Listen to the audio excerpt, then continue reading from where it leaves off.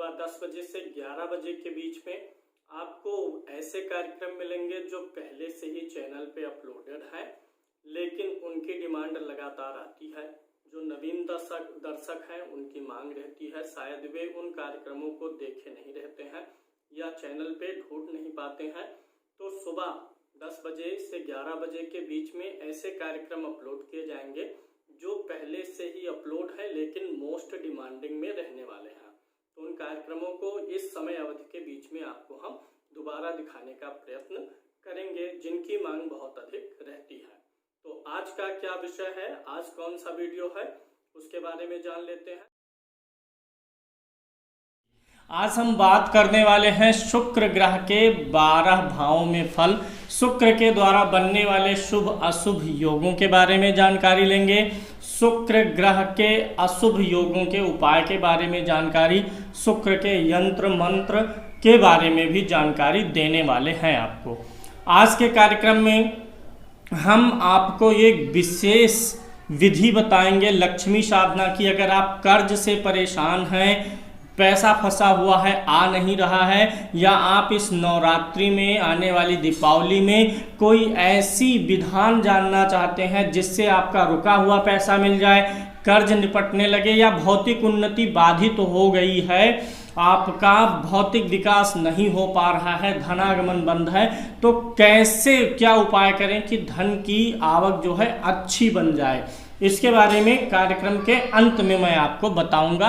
शुक्र ग्रह के बाद शुक्र अगर आपकी कुंडली में 2 नंबर की गिनती पर या 7 नंबर की गिनती पर लिखे हैं तो अपने घर के हैं। कुंडली में कहीं भी 2 नंबर, 7 नंबर और 12 नंबर की गिनती पर शुक्र लिखा है तो वह शुक्र बलवान है आपका। 6 नंबर की गिनती पर अगर शुक्र लिखा हुआ है तो वह शुक्र नीच का है। आपकी कुंडली में पहले विचार कर लेते हैं द्वादश भाव के फल का।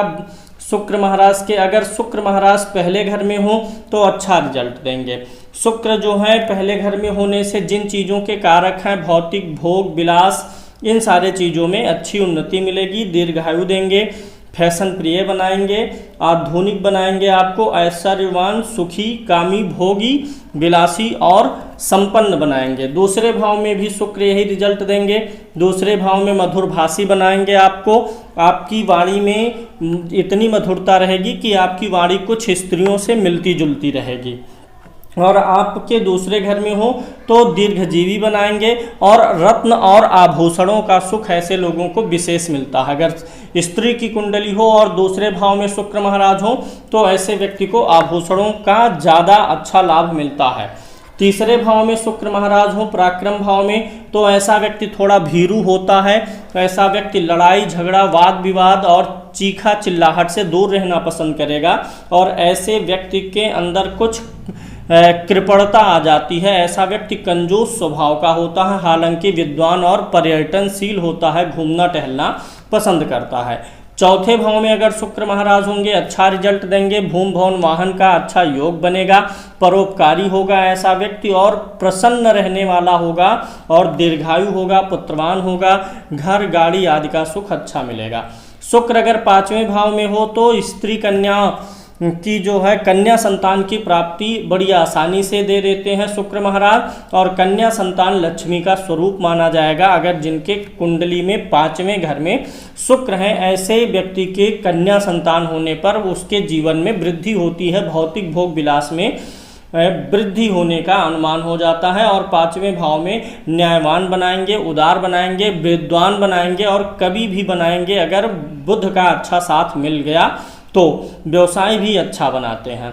और 6वें भाव में अगर शुक्र महाराज हों तो स्त्री के कारक ग्रह हैं तो पत्नी के लिए अच्छे नहीं होते हैं। पत्नी को शारीरिक कष्ट हो सकता है या पत्नी के आदत से, स्वभाव से और व्यवहार से आपको कष्ट हो सकता है। जब भी शुक्र 6वें में, 8वें में या 12वें में होंगे तो ऐसे में स्त्री के द्वारा या पत्नी के द्वारा व्यक्ति को मानसिक क्लेश प्राप्त होता है। व्यक्ति का मन बहुत प्रसन्नचित पत्नी से नहीं हो पाता है।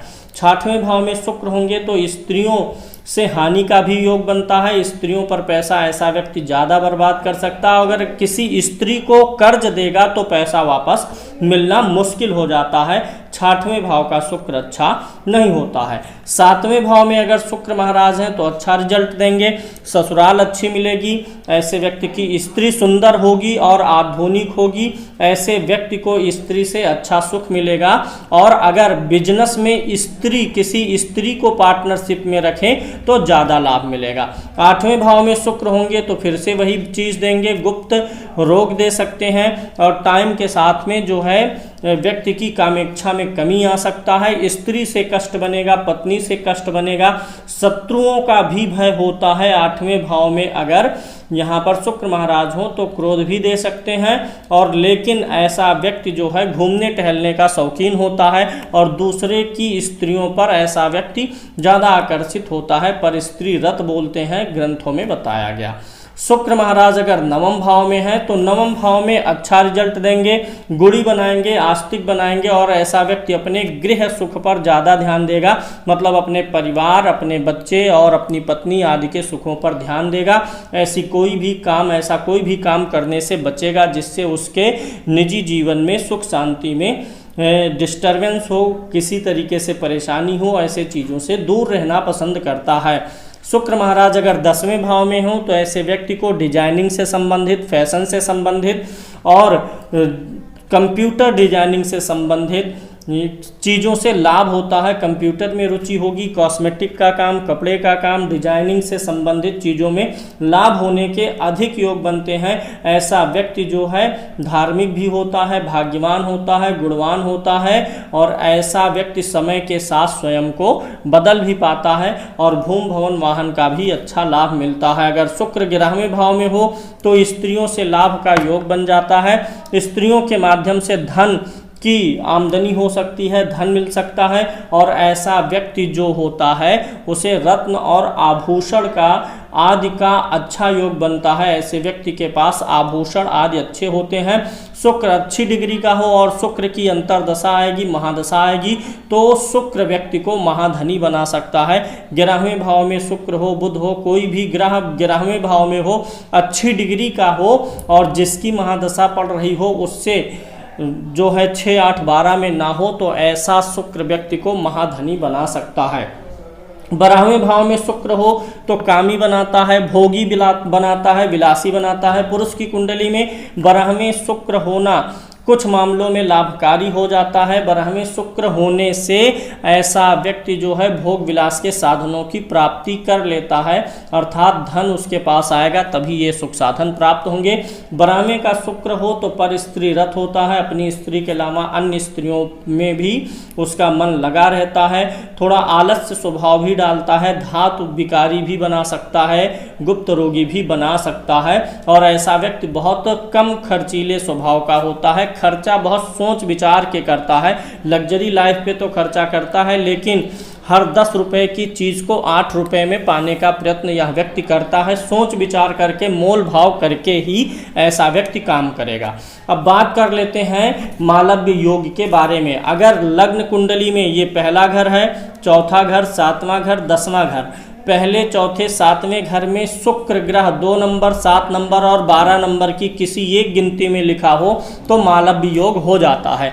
मालव्य योग वाला व्यक्ति भौतिक रूप से उन्नतशील होता है, घर का सुख, वाहन का सुख, प्रॉपर्टी का सुख और जो घर के लग्जरी आइटम होते हैं उनकी प्राप्ति अवश्य होती है और व्यक्ति एक मानी सम्मानी व्यक्ति बनता है। अगर आपकी कुंडली में 2, 7, 12 नंबर की गिनती पर शुक्र इन 4 घरों में हैं तो अगर शुक्र 6 नंबर की गिनती पर कहीं लिखे हुए हैं तो नीच राशि के माने जाएंगे, नीच दोष लग जाएगा, लग्जरी लाइफ में कमी लाएंगे, धातु प्रमेह और स्त्रियों से कष्ट देंगे। अगर आपकी कुंडली में कहीं 6 नंबर की गिनती पर बुध महाराज लिखे हों और वहीं पर शुक्र महाराज लिखे हों तो शुक्र का नीच भंग हो जाएगा। यानी कि अगर शुक्र 6 नंबर की गिनती पर है, साथ ही बुध भी वहीं पर है तो बुध के कारण शुक्र का नीच भंग राजयोग बन जाएगा। मालव्य योग भी राजयोग में आएगा, ये नीच भंग राजयोग हो गया। अगर किसी की कुंडली में बुध 6 नंबर की गिनती पर है लगन कुंडली में, लेकिन नवमांश कुंडली में 12 नंबर की गिनती पर हो तो भी नीच भंग हो जाता है। शुभ कब होंगे, अशुभ कब होंगे? अगर 2, 7, 12 नंबर की गिनती पर हैं तो शुभ हैं, 6 नंबर की गिनती पर हैं, साथ में बुध नहीं है तो अशुभ हैं। 6 नंबर की गिनती पर हों, 6ठवें घर में हों, 8वें घर में हों या 12वें घर में शुक्र हों, किसी भी गिनती पर इन घरों में हैं 2, 7 और 12 नंबर की गिनती को छोड़कर, तो ऐसे में शुक्र की वस्तुओं का दान करना चाहिए। शुक्र की वस्तु में घी आ जाएगा, चावल आ जाएगा, शुक्र की वस्तु में सफ़ेद चीज़ें आती हैं, तो इन वस्तुओं का दान करना चाहिए। व्यक्ति को अगर शुक्र 6 नंबर की गिनती पर है या 2, 7, 12 नंबर की गिनती में ना हो और 6ठवें, 8वें, 12वें भाव में हो तो दान करना चाहिए। शुक्र का मंत्र होगा ओम सुम शुक्राय नमः। इस मंत्र का जप करना चाहिए व्यक्ति को। अगर महादशा शुक्र की चल रही हो या अंतरदशा चल रही हो तो इस मंत्र का रोज एक माला जप जरूर करिए। शुक्र अगर आपका अच्छा है, 2 नंबर, 7 नंबर, 12 नंबर की गिनती पर हैं, लगन में या चतुर्थ में, सप्तम में, 10वें घर में 2, 7, 12 नंबर की गिनती पर हैं, तो आपको इनका स्टोन पहनना चाहिए। इनका स्टोन जो होता है आप पहन सकते हैं, ओपल पहन सकते हैं, जरकन पहन सकते हैं, डायमंड पहन सकते हैं। ये स्टोन के बारे में थोड़ा अधिक निर्णय तब हो पाता है जब आपकी कुंडली का विश्लेषण हुआ हो, तब ज़्यादा सटीक निर्णय हो पाता है। शुक्र, जो लोग स्टोन नहीं पहन सकते हैं वो यंत्र पहन लें। यंत्र अगर आपका शुक्र अशुभ है, 6 नंबर की गिनती पर है, 6, 8, 12 में है तो भी पहनना चाहिए। शुक्रवार के दिन इस यंत्र को बना लीजिए भोजपत्र पर, लाल कलम से, लाल स्याही से इस यंत्र को लिख लीजिए और 108 बार इस मंत्र का जाप करके, ओम शुम शुक्राय नमः का जाप करके आपको यह यंत्र गले में धारण कर लेना चाहिए। तो अब बारी है आपको उपाय बताने की माँ लक्ष्मी की साधना के बारे में, जिससे आपका फंसा हुआ पैसा वापस आएगा। और अगर धन की किल्लत हो गई है, आमदनी आपकी बिल्कुल बढ़ नहीं रही है, कर्ज में फंसे हुए हैं, तो कैसे छुटकारा पाएंगे? क्या करना है आपको? यह उपाय आपको विशेष रूप से नवरात्रि में, होली में, दीपावली में, ग्रहण के दिनों में जरूर आजमाना चाहिए। और डेली अगर आप रोज इस मंत्र का एक माला जप करेंगे तो अति उत्तम होगा। आने वाली नवरात्रि में आपको कलश की स्थापना कर लेनी चाहिए। कलश स्थापित कर लीजिए, दीपक जला लीजिए और भगवती का एक चित्र रखिए, दुर्गा का, लक्ष्मी का, देवी का कोई भी स्वरूप एक चित्र रख लीजिए। और आपको एक संकल्प लेना है और फिर एक मंत्र मैं बताऊंगा उसका जप करना है। किसी भी साधना और पूजा पाठ में सकाम और निष्काम 2 भाव होते हैं।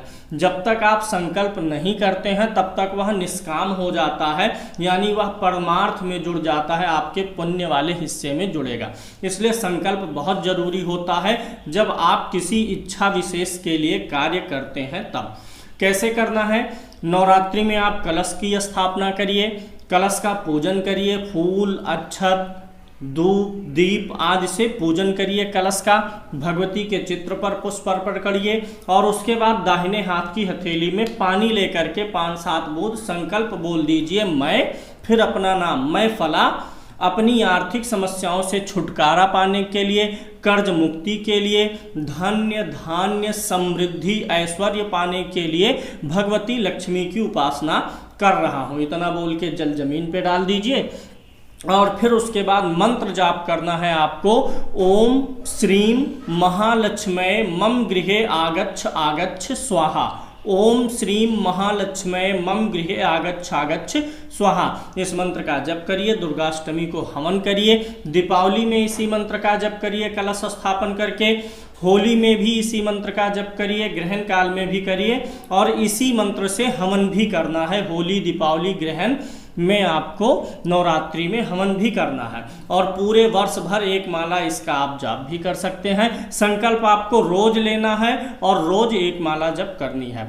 हवन कैसे करेंगे? काला तिल रहेगा, कमलगट्टा रहेगा, घी रहेगा, कमलगट्टा मतलब कमल का बीज, घी रहेगा, उसमें गुड़ मिक्स करेंगे और गुग्गुल मिक्स करेंगे। इन सबको मिला करके 108 आहुति इसी मंत्र से जो व्यक्ति नवरात्रि में, होली में, दीपावली में, ग्रहण में देता है, साल भर में उसकी स्थितियों में बहुत अद्भुत परिवर्तन आ जाता है। तो इस उपाय को भी आजमाएं, अपने जीवन को धन्य बनाएं।